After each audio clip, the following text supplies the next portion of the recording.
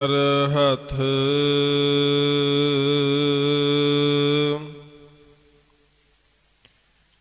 ਧੰਨ ਵਾਹਿਗੁਰੂ ਸਾਹਿਬ ਜੀਓ।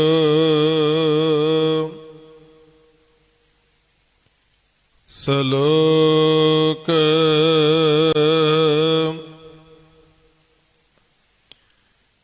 ਗਾਨ ਮਿਨ ਦੇਖੋ ਮਨੈ ਮਾਹੇ, ਸਰ ਪਰ ਚਲਣੋ ਲੋਗ।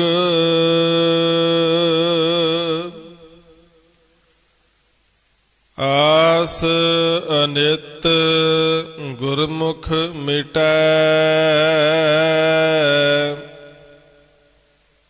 ਨਾਨਕ ਨਾਮ ਅਰੋਗ।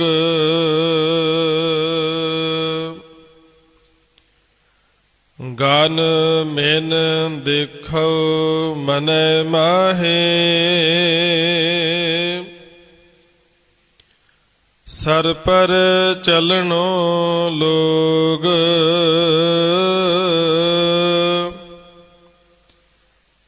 ਆਸ ਅਨਿਤ ਗੁਰਮੁਖ ਮਿਟੈ, ਨਾਨਕ ਨਾਮ ਅਰੋਗ। ਪੌੜੀ ਗੱਗਾ ਗੋਬਿੰਦ ਗੁਣ ਰਵੋ, ਸਾਸ ਸਾਸ ਜਪ ਨੀਤ। ਕਹਾਂ ਬਿਸਾਸਾ ਦੇਹ ਕਾ, ਬਿਲਮ ਨਾ ਕਰਿਓ ਮੀਤ। ਨਹ ਬਾਰਕ ਨਹ ਜੋਬਣੈ, ਨਹ ਬਿਰਦੀ ਕਛ ਬੰਦ। ਉਹ ਬੇਰਾ ਨਹ ਬੁਝੀਐ, ਜੋ ਆਏ ਪਰੈ ਜਮ ਫੰਦ। ਗਿਆਨੀ ਧਿਆਨੀ ਚਤੁਰ ਪੇਖ, ਰਹਿਣ ਨਹੀਂ ਇਹ ਠਾਏ। ਛਾੜ ਛਾੜ ਸਗਲੀ ਗਈ, ਮੂੜ ਤਹਾਂ ਲਪਟਾਹੇ। ਗੁਰ ਪ੍ਰਸਾਦ ਸਿਮਰਤ ਰਹੈ, ਜਾਹੂ ਮਸਤਕ ਭਾਗ। ਨਾਨਕ ਆਏ ਸਫਲ ਤੇ, ਜਾ ਕਉ ਪਿਰੈ ਸੁਹਾਗ। ਗੁਰ ਪ੍ਰਸਾਦ ਸਿਮਰਤ ਰਹੈ, ਜਾਹੂ ਮਸਤਕ ਭਾਗ। ਨਾਨਕ ਆਏ ਸਫਲ ਤੇ, ਜਾ ਕਉ ਪ੍ਰਿਯ ਸੁਹਾਗ। ਵਾਹਿਗੁਰੂ ਜੀ ਕਾ ਖਾਲਸਾ, ਵਾਹਿਗੁਰੂ ਜੀ ਕੀ ਫਤਿਹ। ਪਰਮ ਸਨਮਾਨਯੋਗ ਚਬਰ ਛਤਰ ਤਖਤ ਦੇ ਮਾਲਕ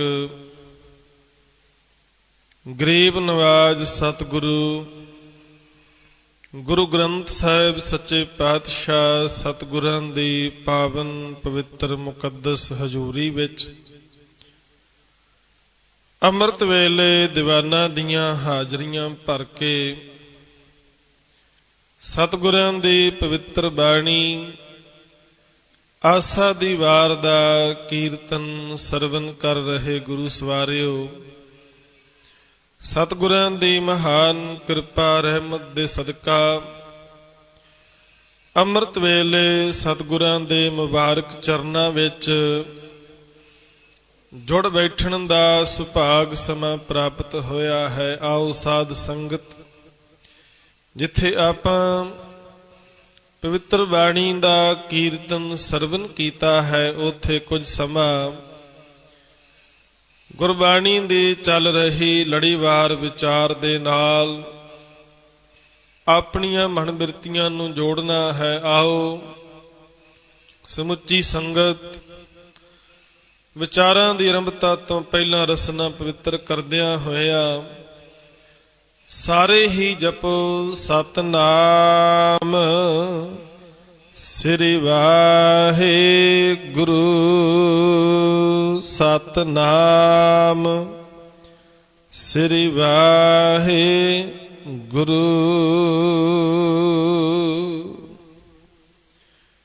ਪਾਵਨ ਬਾਣੀ ਲੜੀਵਾਰ ਵਿਚਾਰ ਜੋ ਆਪ ਜੀ ਸਰਵਨ ਕਰ ਰਹੇ ਹੋ, ਪੰਚਮ ਪਾਤਸ਼ਾਹ ਜੀ ਦੀ ਮੁਬਾਰਕ ਰਸਨਾ ਤੋਂ ਉਚਾਰਨ ਕੀਤੀ ਹੋਈ ਗੌੜੀ ਬਾਵਨ ਅੱਖਰੀ, ਜਿਸ ਦੇ ਅੰਦਰ 18 ਪੌੜੀਆਂ ਦੀ ਵਿਚਾਰ ਆਪ ਜੀ ਸਰਵਨ ਕਰ ਚੁੱਕੇ ਹੋ। 19 ਨੰਬਰ ਪੌੜੀ ਅਤੇ ਇਸ ਦੇ ਨਾਲ ਇੱਕ ਸ਼ਲੋਕ ਹਜੂਰ ਸੱਚੇ ਪਾਤਸ਼ਾਹ ਨੇ ਦਰਜ ਕੀਤਾ ਹੈ।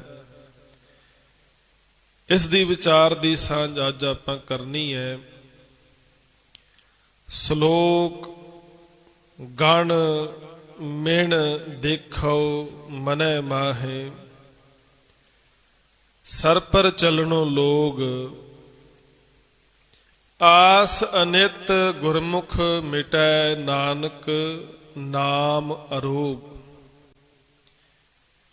ਸੰਸਾਰ ਦੇ ਅੰਦਰ ਇੱਕ ਅਟਲ ਸਚਾਈ, ਜਿਸ ਨੂੰ ਸਮੁੱਚੀ ਬਾਣੀ ਨੇ ਵਾਰ-ਵਾਰ ਸਾਡੇ ਸਾਹਮਣੇ ਰੱਖਿਆ ਹੈ।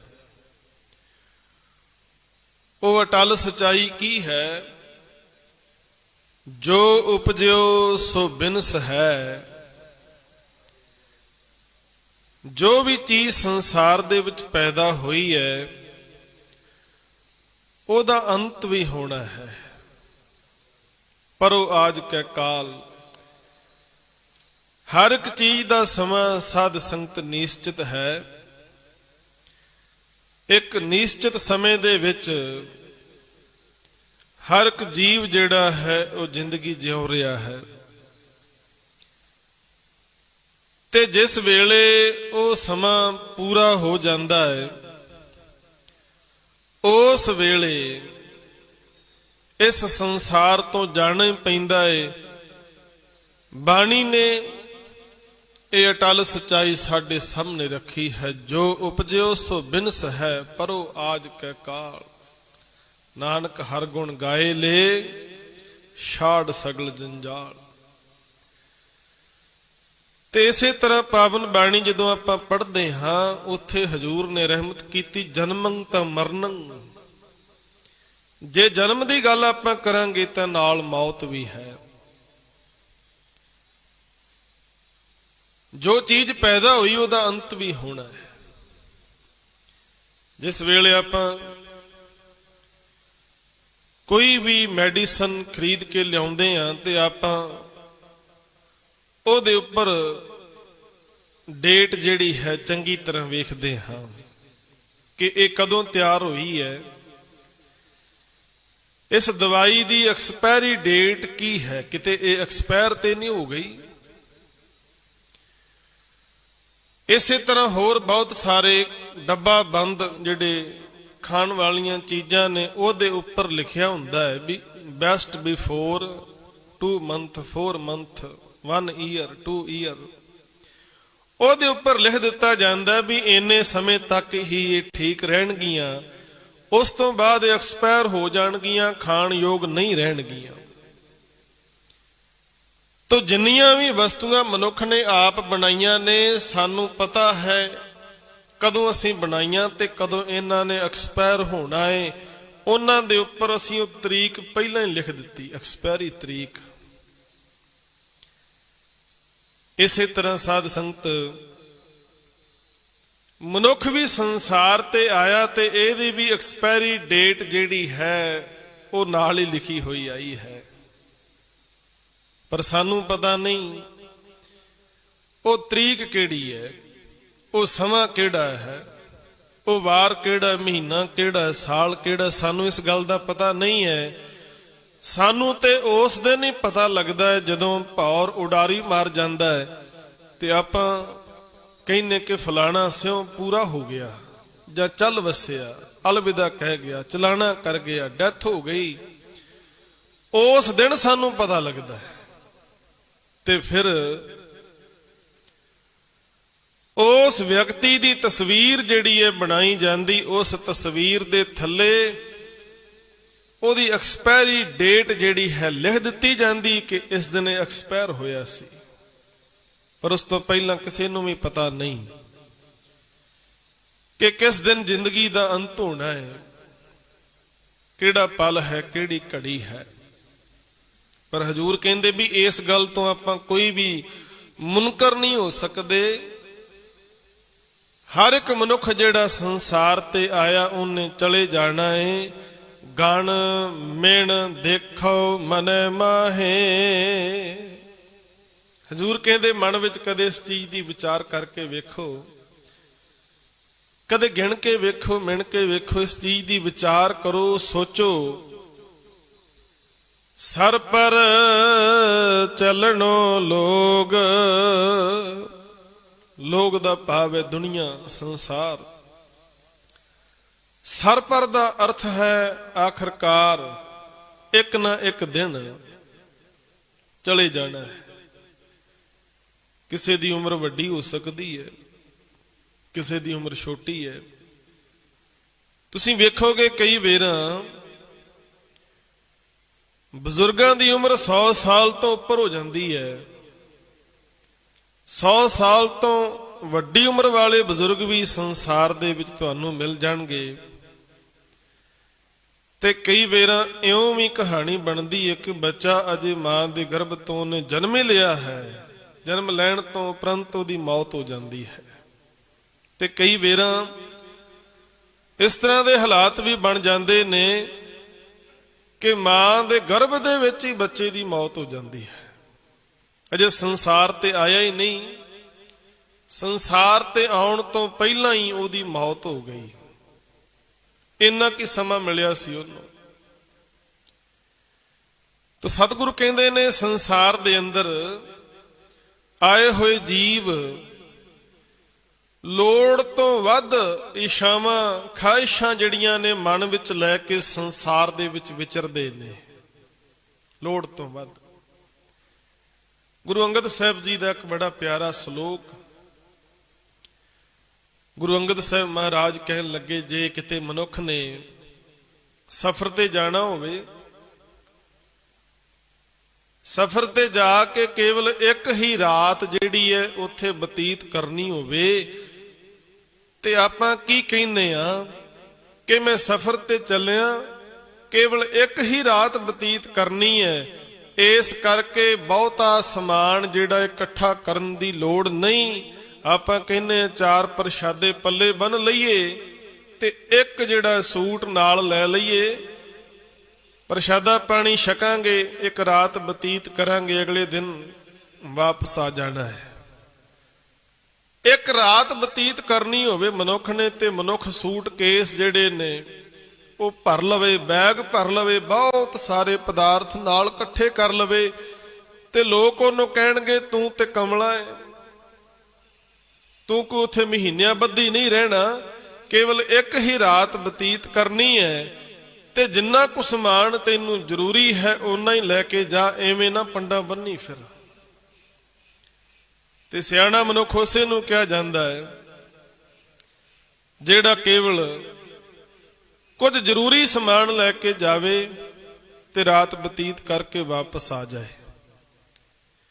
ਤੇ ਜਿਹੜਾ ਮਨੁੱਖ ਇੱਕ ਰਾਤ ਦੀ ਖਾਤਰ ਪੰਡਾ ਬੰਨ ਕੇ ਸਮਾਨ ਲੈ ਕੇ ਜਾਵੇ, ਉਹ ਸਮਾਨ ਚੁੱਕਦਾ ਚੁੱਕਦਾ ਹੀ ਦੁਖੀ ਹੋ ਜਾਏਗਾ। ਇੱਕ ਰਾਤ ਜਿਹੜੀ ਸੀ ਲੰਘ ਜਾਏਗੀ ਉਹਦੀ ਸਮਾਨ ਸੈੱਟ ਕਰਦਿਆਂ ਦੀ, ਰੱਖਦਿਆਂ ਚੁੱਕਦਿਆਂ ਦੀ। ਹਜ਼ੂਰ ਨੇ ਆਖਿਆ ਜ਼ਿੰਦਗੀ ਵੀ ਇੱਕ ਰਾਤ ਦੀ ਨਿਆਈ ਹੈ। ਰਾਤ ਕਾਰਨ ਧਨ ਸੰਚੀਐ, ਭਲਕੇ ਚੱਲਣ ਹੋਏ। ਕਹਿੰਦੇ ਜ਼ਿੰਦਗੀ ਇੱਕ ਰਾਤ ਦੀ ਨਿਆਈ ਹੈ, ਤੇ ਜਿਵੇਂ ਇੱਕ ਰਾਤ ਕਿਤੇ ਜਾ ਕੇ ਕੱਟਣੀ ਹੋਵੇ, ਅਸੀਂ ਬਹੁਤਾ ਸਮਾਨ ਇਕੱਠਾ ਕਰਕੇ ਨਹੀਂ ਲੈ ਕੇ ਜਾਂਦੇ। ਹਜ਼ੂਰ ਨੇ ਆਖਿਆ ਜ਼ਿੰਦਗੀ ਵੀ ਇੱਕ ਰਾਤ ਹੈ। ਇਸ ਰਾਤ ਨੂੰ ਬਤੀਤ ਕਰਨ ਵਾਸਤੇ ਜਿੰਨੀ ਕੁ ਤੇਰੀ ਜ਼ਰੂਰਤ ਹੈ ਉਹਦੇ ਮੁਤਾਬਕ ਆਪਣੀ ਉਪਜੀਵਕਾ ਕਮਾ, ਐਵੇਂ ਕਿਤੇ ਸਮਾਨ ਹੀ ਨਾ ਇਕੱਠਾ ਕਰੀ ਜਾਈ। ਤੇ ਬਹੁਤੀ ਵਾਰੀ ਹੁੰਦਾ ਵੀ ਐਵੇਂ ਹੈ। ਜਦੋਂ ਕੋਈ ਬਜ਼ੁਰਗ ਅਕਾਲ ਚਲਾਣਾ ਕਰ ਜਾਂਦਾ ਜਾਂ ਅੱਧ-ਖੜ ਉਮਰ ਦਾ ਬੰਦਾ ਸੰਸਾਰ ਤੋਂ ਜਾਂਦਾ, ਤੇ ਆਮ ਲੋਕਾਂ ਦੀ ਜ਼ੁਬਾਨ ਤੇ ਇਹ ਸ਼ਬਦ ਹੁੰਦੇ ਨੇ ਕਿ ਸਾਰੀ ਉਮਰ ਤੇ ਜੋੜਦਾ ਰਿਹਾ, ਬਸ ਸਾਰੀ ਉਮਰ ਘਰ ਹੀ ਬਣਾਈ ਗਿਆ, ਵੇਖਿਆ ਕੁਝ ਵੀ ਨਹੀਂ। ਸੁੱਖ ਵੇਖਣ ਦਾ ਜਦੋਂ ਸਮਾਂ ਸੀ ਦੁਨੀਆ ਤੋਂ ਚਲਿਆ ਗਿਆ। ਆਪਣੀ ਜ਼ੁਬਾਨ ਤੇ ਆਮ ਹੀ ਸ਼ਬਦ ਹੁੰਦੇ ਨੇ। ਤੇ ਇਹਦੇ ਵਿੱਚ ਹੈ ਵੀ ਸਚਾਈ ਕਿ ਜ਼ਿੰਦਗੀ ਦੀ ਇੱਕ ਰਾਤ ਕੱਟਣ ਵਾਸਤੇ ਪਦਾਰਥ ਇਕੱਠੇ ਕਰਦਾ ਰਿਹਾ, ਸਮਾਨ ਇਕੱਠਾ ਕਰਦਾ ਰਿਹਾ। ਉਹ ਜ਼ਿੰਦਗੀ ਰੂਪੀ ਰਾਤ ਜਿਹੜੀ ਸੀ ਸਮਾਨ ਜੋੜਦਿਆਂ ਇਕੱਠੇ ਕਰਦਿਆਂ ਕਰਦਿਆਂ ਬਤੀਤ ਹੋ ਗਈ। ਭਾਵ ਜ਼ਿੰਦਗੀ ਦੇ ਅੰਦਰ ਜੋ ਜ਼ਿੰਦਗੀ ਦਾ ਮਕਸਦ ਸੀ ਉਧਰ ਧਿਆਨ ਹੀ ਨਹੀਂ ਦਿੱਤਾ। ਤੇ ਹਜ਼ੂਰ ਨੇ ਕਿਰਪਾ ਕੀਤੀ, ਇਸ ਸ਼ਲੋਕ ਦੇ ਅੰਦਰ ਬਖਸ਼ਿਸ਼ ਕਰਦੇ ਨੇ, ਆਸ ਅਨਿਤ ਗੁਰਮੁਖ ਮਿਟੈ, ਨਾਨਕ ਨਾਮ ਅਰੋਗ। ਕਹਿੰਦੇ ਨਾਸ਼ਵਾਨ ਪਦਾਰਥਾਂ ਦੀਆਂ ਜਿਹੜੀਆਂ ਆਸਾਂ ਤੋਂ ਲਾ ਕੇ ਬੈਠਾ ਹੋਇਆ ਹੈ, ਤੇ ਜਦੋਂ ਇਛਾਵਾਂ ਬਹੁਤੀਆਂ ਜ਼ਿਆਦੀਆਂ ਵੱਧ ਜਾਣ, ਉਸ ਵੇਲੇ ਮਨੁੱਖ ਦੇ ਅੰਦਰ ਫਿਰ ਕਈ ਤਰ੍ਹਾਂ ਦੇ ਰੋਗ ਪੈਦਾ ਹੋ ਜਾਂਦੇ ਨੇ।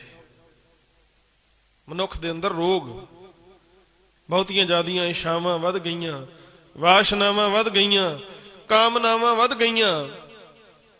ਤੇ ਜਦੋਂ ਉਹ ਬਹੁਤੀਆਂ ਇਛਾਵਾਂ ਪੂਰੀਆਂ ਨਾ ਹੋਣ, ਮਨੁੱਖ ਫਿਰ ਜਿਹੜਾ ਹੈ ਅੰਦਰੋਂ ਅੰਦਰ ਹੀ ਦੁਖੀ ਰਹਿਣ ਲੱਗ ਪੈਂਦਾ ਹੈ। ਚਿੰਤਾ ਦੇ ਵਿੱਚ ਰਹੇਗਾ, ਦੁਖੀ ਹੋਈ ਜਾਏਗਾ।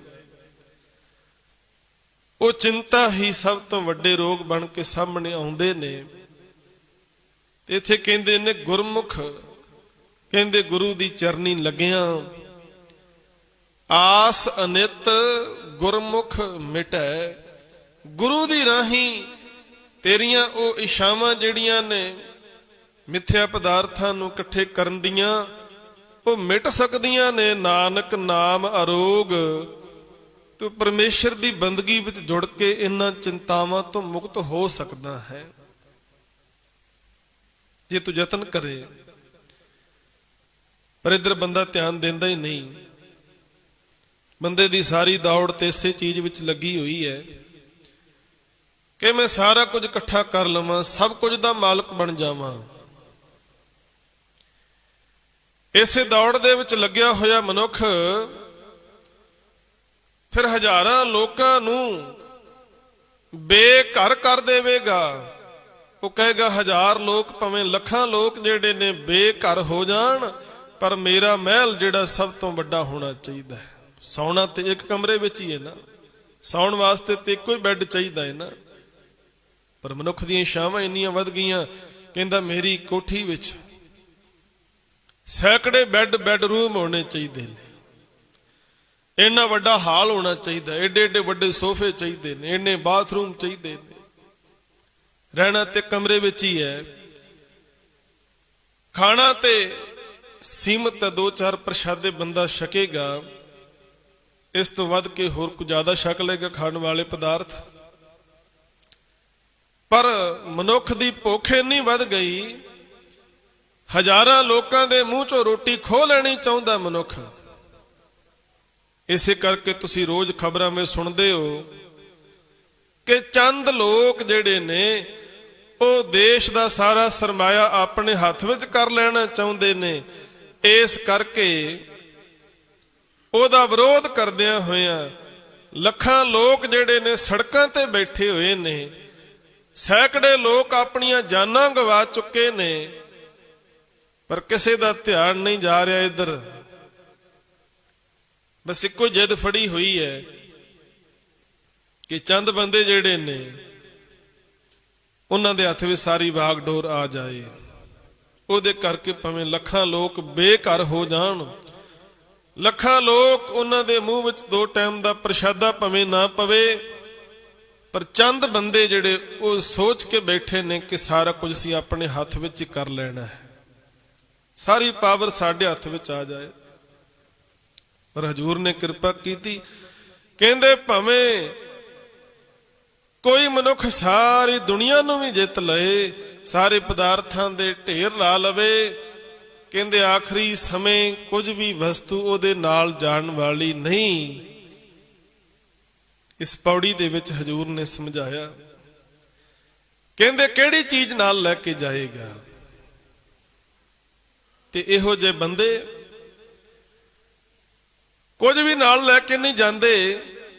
ਇਸ ਸੰਸਾਰ ਦੇ ਅੰਦਰ ਰਹਿੰਦਿਆਂ ਹੋਇਆਂ ਜ਼ੁਲਮ ਕਰਕੇ, ਧੱਕਾ ਕਰਕੇ ਜਿੱਥੇ ਹਜ਼ਾਰਾਂ ਲੱਖਾਂ ਲੋਕਾਂ ਨੂੰ ਦੁਖੀ ਕਰਦੇ ਨੇ, ਉੱਥੇ ਹਜ਼ਾਰਾਂ ਲੱਖਾਂ ਲੋਕਾਂ ਦੀਆਂ ਬਦ ਦੁਆਵਾਂ, ਬਦ ਅਸੀਸਾਂ ਜਿਹੜੀਆਂ ਨੇ ਉਹ ਲੈਂਦੇ ਨੇ। ਤੇ ਮਹਾਰਾਜ ਕਹਿੰਦੇ ਨੇ, ਲੈਂਦਾ ਬਦ ਦੁਆਏ ਤੂੰ ਮਾਇਆ ਕਰੇ ਇਕੱਤ। ਕਹਿੰਦੇ ਤੂੰ ਬਦ ਦੁਆਵਾਂ ਲੈ ਲੈ ਕੇ ਲੋਕਾਂ ਦੀਆਂ ਜਿਸ ਧਨ ਨੂੰ ਇਕੱਠਾ ਕਰ ਰਿਹਾ ਨਾ, ਇਹ ਧਨ ਤੇਰੇ ਨਾਲ ਜਾਣ ਵਾਲਾ ਨਹੀਂ, ਇਹ ਨਾਲ ਨਿਭਣ ਵਾਲਾ ਨਹੀਂ। ਤੂੰ ਬਹੁਤ ਵੱਡੇ ਵੱਡੇ ਫੁਰਨੇ ਬਣਾ ਕੇ ਬੈਠਾ ਹੈ ਕਿ ਮੈਂ ਇਸ ਤਰ੍ਹਾਂ ਕਰਕੇ ਇਸ ਢੰਗ ਦੇ ਨਾਲ ਸਾਰਾ ਕੁਝ ਆਪਣੇ ਅੰਡਰ ਕਰ ਲਵਾਂਗਾ, ਆਪਣੇ ਹੱਥ ਵਿੱਚ ਕਰ ਲਵਾਂਗਾ। ਕਹਿੰਦੇ ਸਾਰਾ ਕੁਝ ਪ੍ਰਾਪਤ ਕਰਕੇ ਵੀ ਤੈਨੂੰ ਸੁੱਖ ਨਹੀਂ ਮਿਲ ਸਕਦਾ। ਇਹ ਖਿਆਲ ਮਨ ਵਿੱਚੋਂ ਕੱਢ ਦੇ, ਕਿਉਂਕਿ ਤ੍ਰਿਸ਼ਨਾ ਦੀ ਜਦੋਂ ਗੱਲ ਆਉਂਦੀ ਹੈ ਤੇ ਸਤਿਗੁਰੂ ਨੇ ਆਖਿਆ ਕਿਸੇ ਵਿਰਲੇ ਦੀ ਬੁਝਦੀ ਹੈ। ਤ੍ਰਿਸ਼ਨਾ ਬਿਰਲੇ ਹੀ ਕੀ ਬੁਝੀ ਹੈ, ਲੱਖ ਜੋਰੇ ਕੋਟ ਜੋਰੇ ਲੱਖ ਕਰੋਰੇ ਮਨ ਨਾ ਹੋਰੇ, ਪਰੇ ਪਰੇ ਹੀ ਕੋ ਲੁਝੀ ਹੈ। ਕਹਿੰਦੇ ਕਦੇ 100 ਰੁਪਇਆ ਹੱਥ ਵਿੱਚ ਹੁੰਦਾ ਤੇ ਮਨੁੱਖ 1000 ਦੀ ਸੋਚ ਰੱਖੀ ਬੈਠਾ ਕਿ 1000 ਮਿਲ ਜਾਏ। ਜਿਹਦੇ ਕੋਲ 1000 ਹੈ ਉਹ ਲੱਖਾਂ ਦੀ ਗੱਲ ਕਰਦਾ, ਲੱਖਾਂ ਵਾਲੇ ਕਰੋੜਾਂ ਤੇ ਪਹੁੰਚ ਗਏ, ਕਰੋੜਾਂ ਵਾਲੇ ਅਰਬਾਂ ਦੀ ਗੱਲ ਕਰਦੇ ਨੇ। ਤੇ ਜਦੋਂ ਬਹੁਤੀ ਜ਼ਿਆਦੀ ਮਾਇਆ ਦੀ ਗੱਲ ਹੋਵੇ ਫਿਰ ਉਦੋਂ ਰੁਪਈਆਂ ਵਿੱਚ ਨਹੀਂ ਦੱਸਿਆ ਜਾਂਦਾ, ਉਦੋਂ ਫਿਰ ਡਾਲਰਾਂ ਤੇ ਪਾਉਂਡਾਂ ਦੀ ਗੱਲ ਚੱਲਦੀ ਹੈ। ਕਹਿੰਦੇ ਪਰ ਕਿਸੇ ਨੇ ਵੀ ਇਹ ਨਹੀਂ ਆਖਿਆ ਕਿ ਮੇਰੇ ਕੋਲ ਹੁਣ ਬਹੁਤ ਕੁਝ ਹੋ ਗਿਆ, ਹੁਣ ਮੈਂ ਬਸ ਕਰ ਦਿੱਤੀ ਹੈ। ਕਦੇ ਵੀ ਕਿਸੇ ਨੇ ਇਹ ਨਹੀਂ ਆਖਿਆ ਕਿ ਮੇਰੇ ਕੋਲ ਬਹੁਤ ਧਨ ਆ ਗਿਆ, ਬਹੁਤ ਜ਼ਿਆਦੀ ਮੈਂ ਜ਼ਮੀਨ ਜਾਇਦਾਦ ਕਾਰੋਬਾਰ ਦਾ ਮਾਲਕ ਬਣ ਗਿਆ, ਹੁਣ ਮੈਂ ਟਿਕ ਕੇ ਆਰਾਮ ਨਾਲ ਜ਼ਿੰਦਗੀ ਬਤੀਤ ਕਰਾਂਗਾ। ਕਦੇ ਵੀ ਕਿਸੇ ਨੇ ਨਹੀਂ ਸੋਚਿਆ। ਦੌੜ ਕਿਸੇ ਦੀ ਵੀ ਨਹੀਂ ਮੁੱਕੀ। ਕਹਿੰਦੇ ਇੱਕ ਬੰਦਾ ਜਿਹਦੇ ਮਨ ਦੇ ਵਿੱਚ ਅਮੀਰ ਹੋਣ ਦੇ ਫੁਰਨੇ ਚੱਲਦੇ ਨੇ, ਦਿਨੇ ਰਾਤ ਸੋਚਦਾ ਰਹਿੰਦਾ ਮੈਂ ਰਾਤੋਂ ਰਾਤ ਅਮੀਰ ਬਣ ਜਾਵਾਂ, ਦੁਨੀਆ ਦਾ ਸਭ ਤੋਂ ਅਮੀਰ ਬਣਾ। ਕਹਿੰਦੇ ਰਾਤ ਨੂੰ ਸੁੱਤੇ ਹੋਏ ਉਹਨੂੰ ਸੁਪਨੇ ਵੀ ਇਸ ਤਰ੍ਹਾਂ ਦੇ ਆਉਂਦੇ ਨੇ ਕਿ ਮਾਇਆ ਦੇ ਢੇਰ ਲੱਗੇ ਹੋਏ ਨੇ ਬਹੁਤ ਵੱਡੇ। ਕਹਿੰਦੇ ਬੜੀ ਖੁਸ਼ੀ ਨਾਲ ਜਦੋਂ ਉਹ ਮਾਇਆ ਦੇ ਲੱਗੇ ਢੇਰਾਂ ਦੇ ਕੋਲ ਪਹੁੰਚਦਾ, ਕਹਿੰਦਾ ਹਨੇਰੀ ਆ ਜਾਂਦੀ, ਵਾਵ ਰੋਲੇ ਆਉਂਦੇ ਤੇ ਸਾਰਾ ਧਨ ਜਿਹੜਾ ਉੱਡ ਜਾਂਦਾ ਹੈ। ਕਹਿੰਦੇ ਉਹ ਬੜਾ ਦੁਖੀ ਹੁੰਦਾ ਹੈ। ਕਹਿੰਦੇ ਅਗਲੀ ਰਾਤ ਫਿਰ ਇਹੋ ਸੁਪਨਾ ਆਇਆ, ਧਨ ਦੇ ਢੇਰ ਲੱਗੇ ਹੋਏ ਨੇ।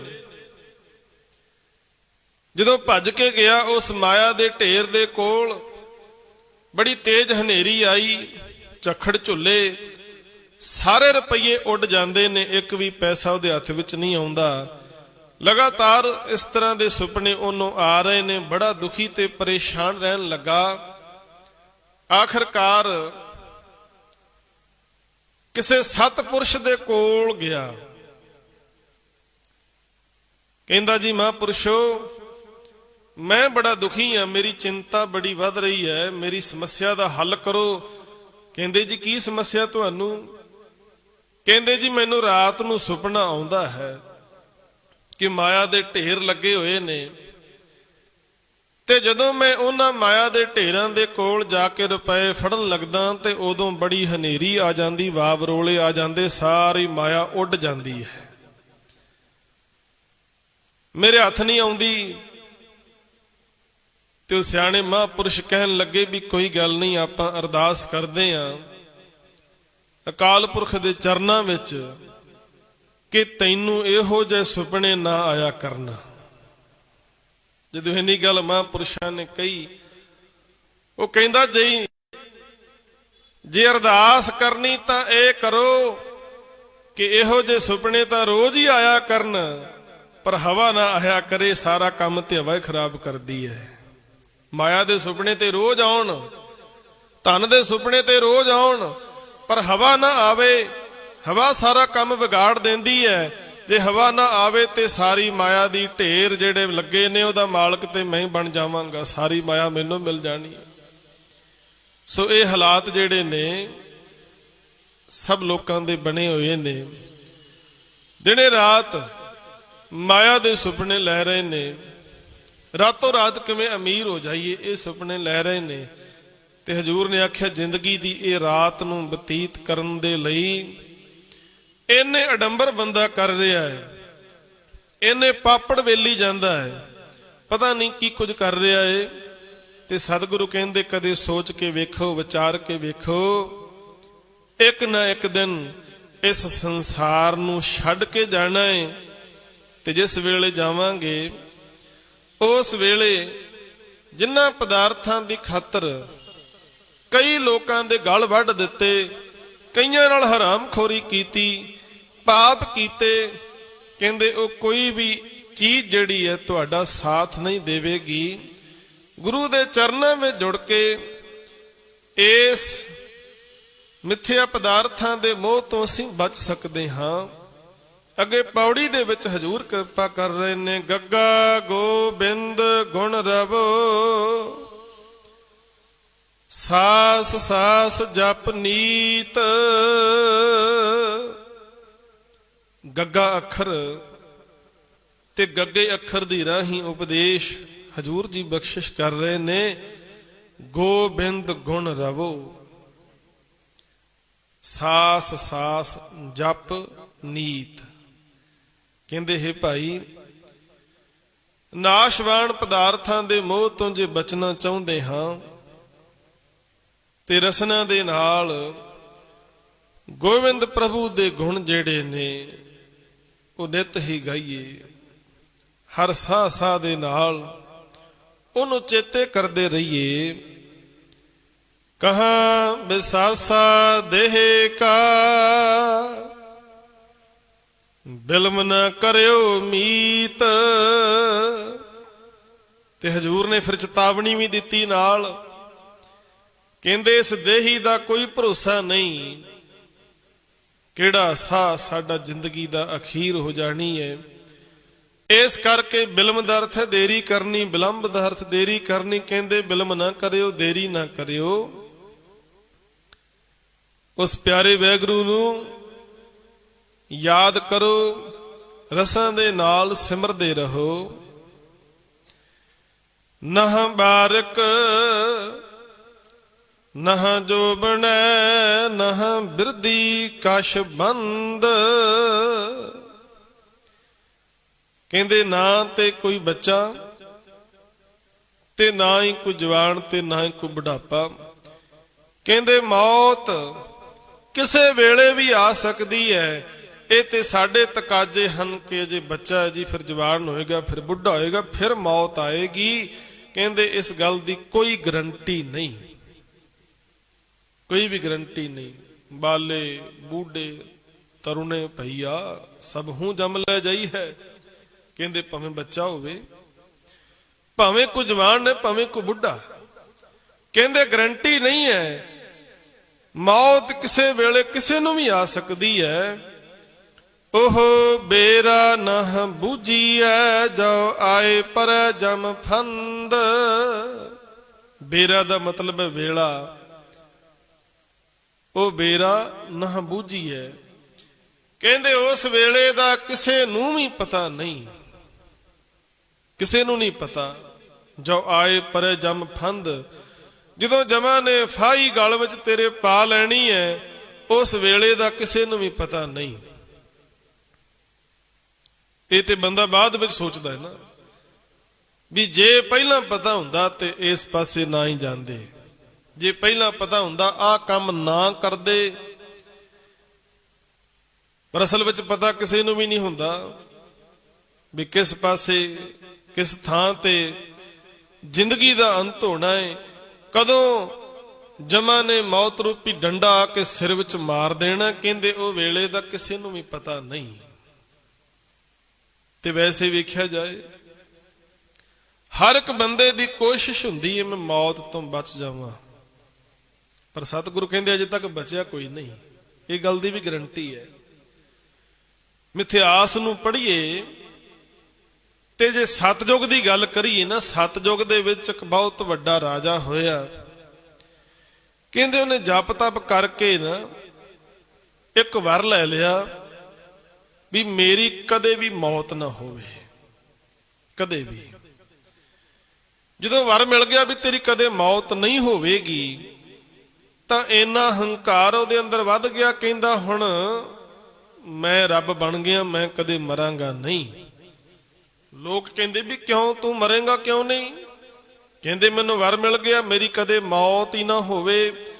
ਕਹਿੰਦੇ ਜਿੰਨੀਆਂ ਵੀ ਸ਼ਰਤਾਂ ਮੈਂ ਸਾਰੀਆਂ ਰੱਖੀਆਂ ਵੀ ਨਾ ਮੈਂ ਦਿਨੇ ਮਰਾਂ ਨਾ ਰਾਤ ਨੂੰ ਮਰਾਂ, ਨਾ ਅੰਦਰ ਮਰਾਂ ਨਾ ਬਾਹਰ ਮਰਾਂ, ਨਾ ਧਰਤੀ ਤੇ ਨਾ ਅਸਮਾਨ ਵਿੱਚ, ਨਾ ਕਿਸੇ ਮਨੁੱਖ ਦੁਆਰਾ ਨਾ ਕਿਸੇ ਜਾਨਵਰ ਦੁਆਰਾ, ਨਾ ਕਿਸੇ ਹਥਿਆਰ ਨਾਲ ਨਾ ਬਿਨਾਂ ਹਥਿਆਰ ਤੋਂ। ਕਹਿੰਦੇ ਮੈਂ ਸ਼ਰਤਾਂ ਬਹੁਤ ਰੱਖੀਆਂ ਸੀ, ਤੋ ਇਹ ਸ਼ਰਤਾਂ ਕਿਵੇਂ ਪੂਰੀਆਂ ਹੋਣਗੀਆਂ?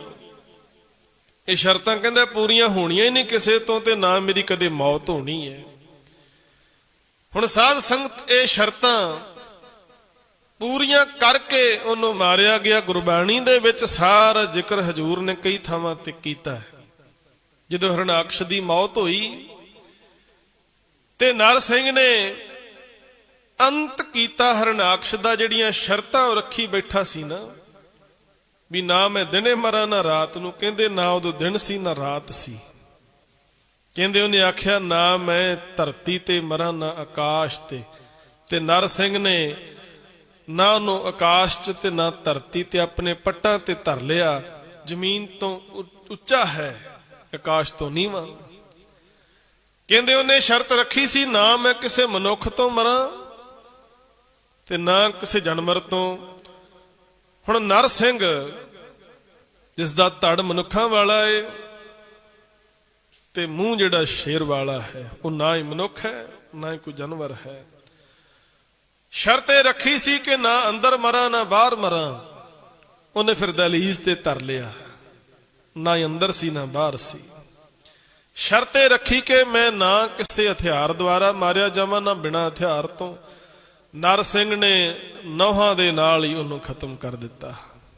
ਕਹਿਣ ਤੋਂ ਭਾਵ ਹੈ ਕਿ ਮੌਤ ਤੋਂ ਕੋਈ ਬਚ ਨਹੀਂ ਸਕਿਆ।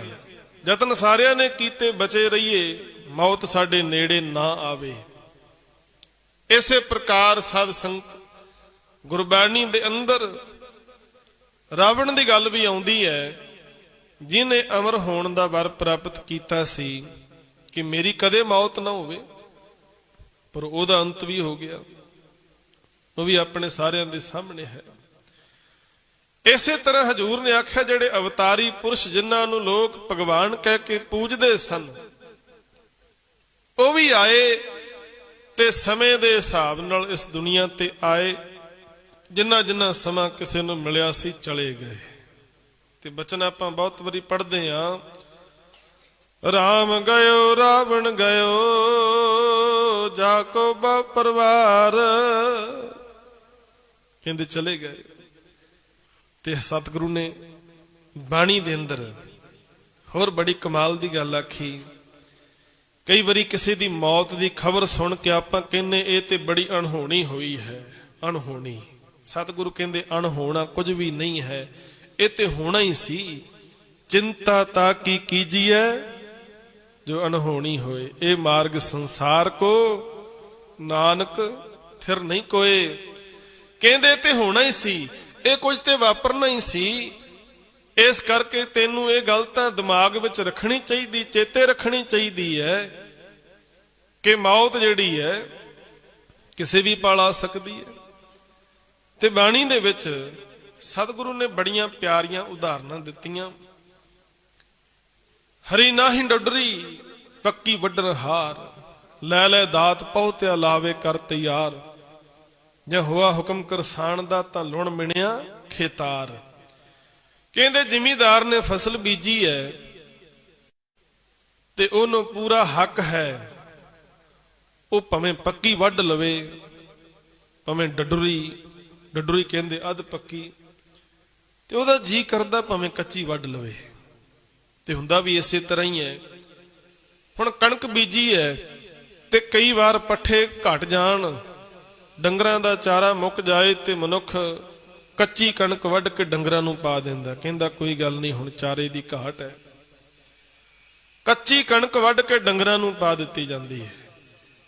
ਕਈ ਵਾਰੀ ਕੋਈ ਫਸਲ ਜਿਹੜੀ ਜਿਵੇਂ ਝੋਨਾ ਜਾਂ ਕਣਕ ਹੈ, ਕਈ ਵਾਰੀ ਬਿਜਾਈ ਅੱਗੇ ਪਿੱਛੇ ਹੋ ਜਾਂਦੀ, ਲੇਟ ਹੋ ਜਾਂਦੀ ਥੋੜੀ ਜਿਹੀ। ਹੁਣ ਕੰਬਾਈਨ ਖੇਤ ਦੇ ਵਿੱਚ ਲੱਗੀ ਹੋਈ ਵੱਢ ਰਹੀ ਹੈ ਕਣਕ ਨੂੰ, ਕੋਈ ਕਿਆਰਾ ਕੋਈ ਕਿੱਲਾ ਥੋੜਾ ਜਿਹਾ ਲੇਟ ਬੀਜਿਆ, ਥੋੜਾ ਜਿਹਾ ਕੱਚਾ ਹੋਵੇ, ਕਹਿੰਦਾ ਕੋਈ ਗੱਲ ਨਹੀਂ ਇਹਨੂੰ ਵੀ ਨਾਲ ਹੀ ਵੱਢ ਦਿਓ। ਹੁਣ ਕੰਬਾਈਨ ਆਈ ਹੋਈ ਹੈ, ਇਹ ਥੋੜੀ ਜਿਹੀ ਥਾਂ ਪਿੱਛੇ ਬਾਅਦ ਵਿੱਚ ਕਿੱਥੋਂ ਆਏਗੀ, ਉਹ ਕੱਚੀ ਵੀ ਹੋਵੇ ਤਾਂ ਵੀ ਨਾਲੇ ਵੱਢ ਦਿੱਤੀ ਜਾਂਦੀ ਹੈ। ਜੈਸੇ ਕਿਰਸਾਨ ਬੋਵੇ ਕਿਰਸਾਨੀ, ਕਾਚੀ ਪਾਕੀ ਬਾੜ ਪ੍ਰਾਣੀ, ਜੋ ਜਨਮੈ ਸੋ ਜਾਣੋ ਮੂਆ, ਗੋਬਿੰਦ ਭਗਤ ਅਸਥਿਰ ਹੈ ਥੀਆ। ਕਹਿੰਦੇ ਜਿਵੇਂ ਕਿਰਸਾਨ ਦੀ ਮਰਜ਼ੀ ਹੁੰਦੀ ਹੈ, ਐਵੇਂ ਹੀ ਇਹ ਸਾਰੀ ਸ੍ਰਿਸ਼ਟੀ ਮਾਲਕ ਦੀ ਮੌਜ ਦੇ ਨਾਲ ਸਾਜੀ ਹੋਈ ਉਹਨੇ, ਉਹਦੀ ਆਪਣੀ ਮਰਜ਼ੀ ਹੈ। ਜਦੋਂ ਚਾਹੇ ਜੀਵ ਨੂੰ ਸਦਾ ਭੇਜ ਦੇਵੇ ਤੇ ਉਹਦੇ ਹੁਕਮ ਦੇ ਅੱਗੇ ਕੋਈ ਅੜ ਨਹੀਂ ਸਕਿਆ। ਮਹਾਰਾਜ ਕਹਿੰਦੇ ਗਿਆਨੀ ਧਿਆਨੀ ਚਤੁਰ ਪੇਖ, ਰਹਿਣ ਨਹੀਂ ਇਹ ਠਾਏ। ਕਹਿੰਦੇ ਜੇ ਆਪਾਂ ਕਹੀਏ ਵੀ ਕੋਈ ਬਹੁਤ ਵੱਡਾ ਗਿਆਨੀ ਹੈ ਤੇ ਉਹ ਮੌਤ ਤੋਂ ਬਚ ਜਾਏਗਾ, ਕਹਿੰਦੇ ਕਦੇ ਵੀ ਨਹੀਂ ਹੋ ਸਕਦਾ। ਜਾਂ ਕੋਈ ਕਹੀਏ ਵੀ ਬਹੁਤ ਵੱਡਾ ਧਿਆਨੀ, ਕੋਈ ਧਿਆਨ ਸਾਧਨਾ ਲਾ ਕੇ ਬੈਠਾ ਹੈ, ਉਹ ਮੌਤ ਤੋਂ ਬਚੇਗਾ, ਕਹਿੰਦੇ ਉਹ ਵੀ ਨਹੀਂ ਬਚ ਸਕਦਾ। ਚਤੁਰ ਕਹਿੰਦੇ ਕੋਈ ਬਹੁਤਾ ਚਤੁਰ ਚਲਾਕ ਹੁਸ਼ਿਆਰ ਹੋਵੇ ਵੀ ਮੌਤ ਤੋਂ ਬਚ ਜਾਏ, ਕਹਿੰਦੇ ਨਹੀਂ।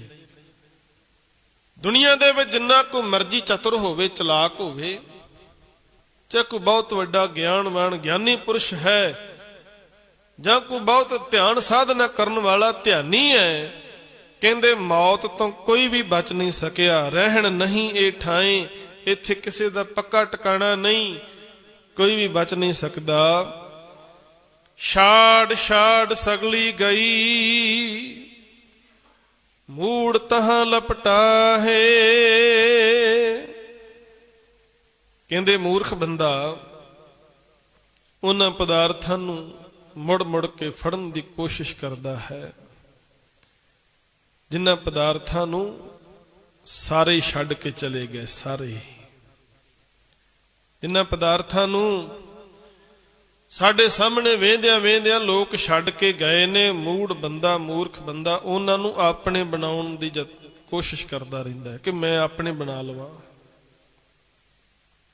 ਪਰ ਉਸ ਤੋਂ ਪਹਿਲਾਂ ਕਿੰਨੇ ਲੋਕ ਆਏ ਜਿਨ੍ਹਾਂ ਨੇ ਆਪਣੇ ਬਣਾਉਣ ਦੀ ਕੋਸ਼ਿਸ਼ ਕੀਤੀ, ਬਣਾਇਆ ਵੀ, ਪਰ ਰਹੇ ਉਹ ਵੀ ਨਹੀਂ, ਉਹ ਵੀ ਨਹੀਂ ਰਹੇ। ਮਨੁੱਖ ਚਾਹੁੰਦਾ ਏ ਹਰ ਥਾਂ ਤੇ ਮੇਰੇ ਨਾਂ ਦੀ ਤਖਤੀ ਲੱਗੀ ਹੋਵੇ, ਤਖਤੀ ਲੱਗੀ ਹੋਵੇ ਮੇਰੇ ਨਾਂ ਦੀ ਕਿ ਫਲਾਣਾ ਨਿਵਾਸ ਹੈ, ਆ ਪ੍ਰਾਪਰਟੀ ਫਲਾਣੇ ਬੰਦੇ ਦੀ ਹੈ, ਆ ਕਾਰੋਬਾਰ ਫਲਾਣੇ ਬੰਦੇ ਦਾ ਏ, ਜਿਹੜੇ ਸਿੱਕੇ ਚੱਲਦੇ ਨੇ ਉਹਨਾਂ ਤੇ ਮੇਰਾ ਨਾਮ ਹੋਣਾ ਚਾਹੀਦਾ ਹੈ। ਪਰ ਇਤਿਹਾਸ ਨੂੰ ਪੜ੍ਹ ਕੇ ਵੇਖੋ ਕਿੰਨੇ ਬੰਦੇ ਆਏ ਜਿਨ੍ਹਾਂ ਨੇ ਚੰਮ ਦੀਆਂ ਚਲਾਈਆਂ, ਭਾਵ ਆਪਣੇ ਸਿੱਕੇ ਚਲਾਏ, ਤੇ ਸਮਾਂ ਆਇਆ ਦੁਨੀਆ ਤੇ ਰਹੇ ਨਹੀਂ।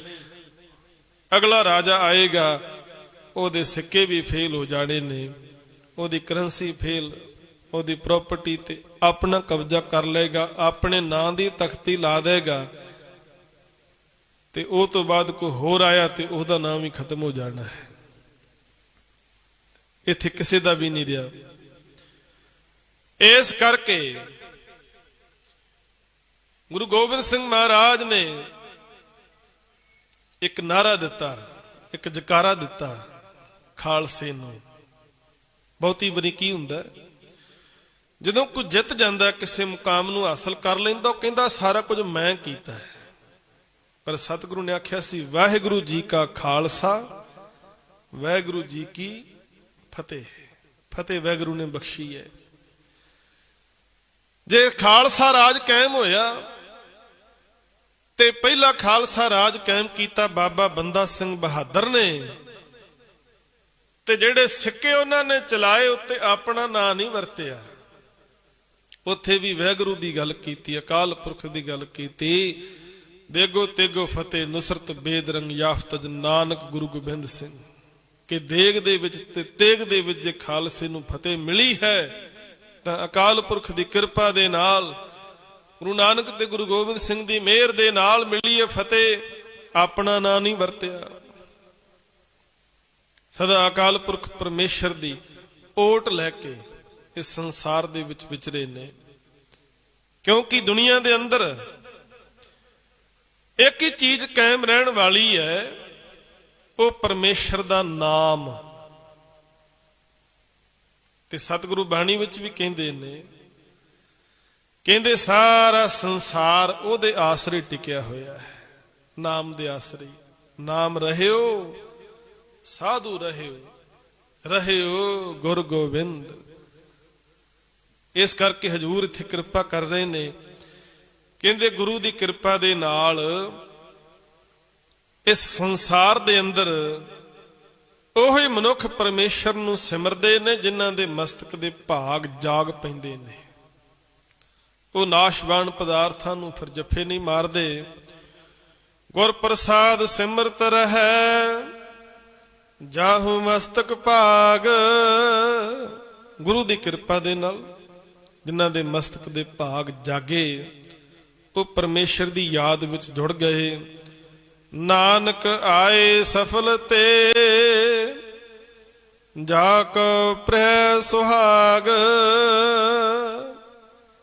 ਤੇ ਗੁਰੂ ਨਾਨਕ ਸਾਹਿਬ ਜੀ ਪੰਜਵੇਂ ਸਰੂਪ ਦੇ ਵਿੱਚ ਇੱਥੇ ਕਿਰਪਾ ਕਰ ਰਹੇ ਨੇ। ਕਹਿੰਦੇ ਉਹਨਾਂ ਜੀਵਾਂ ਦਾ ਸੰਸਾਰ ਤੇ ਆਇਆ ਸਫਲ ਹੋ ਗਿਆ ਜਿਨ੍ਹਾਂ ਨੂੰ ਉਹ ਮਾਲਕ ਖਸਮ ਪ੍ਰਭੂ ਉਹ ਸੁਹਾਗ ਮਿਲ ਪਿਆ। ਕਿਉਂਕਿ ਆਪਾਂ ਸਾਰੇ ਜੀਵ ਹੀ ਜੀਵ ਰੂਪ ਇਸਤਰੀਆਂ ਹਾਂ। ਸਾਡਾ ਸਾਰਿਆਂ ਦਾ ਖਸਮ ਮਾਲਕ ਵਾਹਿਗੁਰੂ ਹੈ।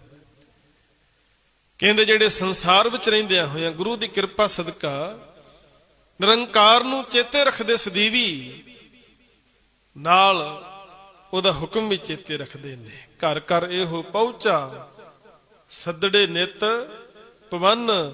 ਸੱਦਣਹਾਰਾ ਸਿਮਰੀਐ ਨਾਨਕ ਸੇ ਦੇ ਅਵਨ। ਕਹਿੰਦੇ ਮਾਲਕ ਪ੍ਰਭੂ ਨੂੰ ਚੇਤੇ ਰੱਖਦੇ ਨੇ, ਉਹਦੇ ਸੱਦੇ ਨੂੰ ਵੀ ਚੇਤੇ ਰੱਖਦੇ ਨੇ ਵੀ ਉਹਨੇ ਇੱਕ ਦਿਨ ਸਾਨੂੰ ਸੱਦਾ ਵੀ ਭੇਜਣਾ, ਇਸ ਸੰਸਾਰ ਤੋਂ ਅਸੀਂ ਜਾਣਾ ਵੀ ਹੈ। ਸੱਦੇ ਨੂੰ ਚੇਤੇ ਰੱਖਦੇ ਨੇ, ਮਾਲਕ ਵਾਹਿਗੁਰੂ ਨੂੰ ਚੇਤੇ ਰੱਖਦੇ ਨੇ।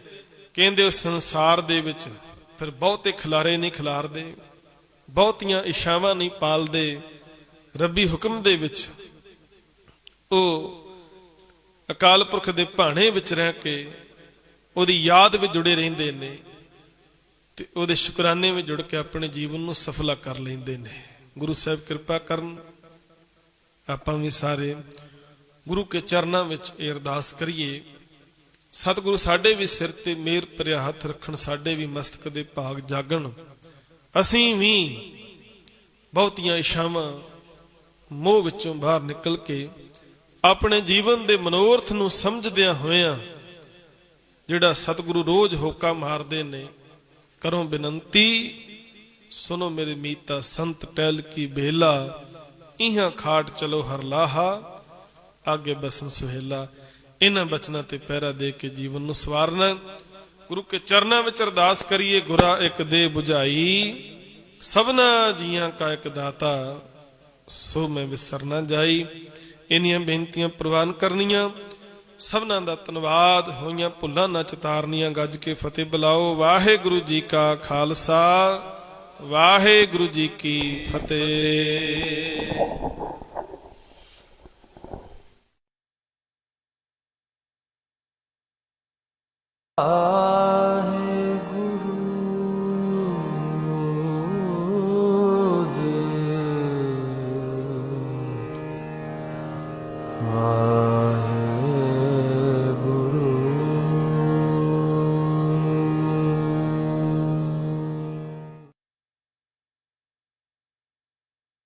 चला निराली चला निराली चला निराली भगतां केरी।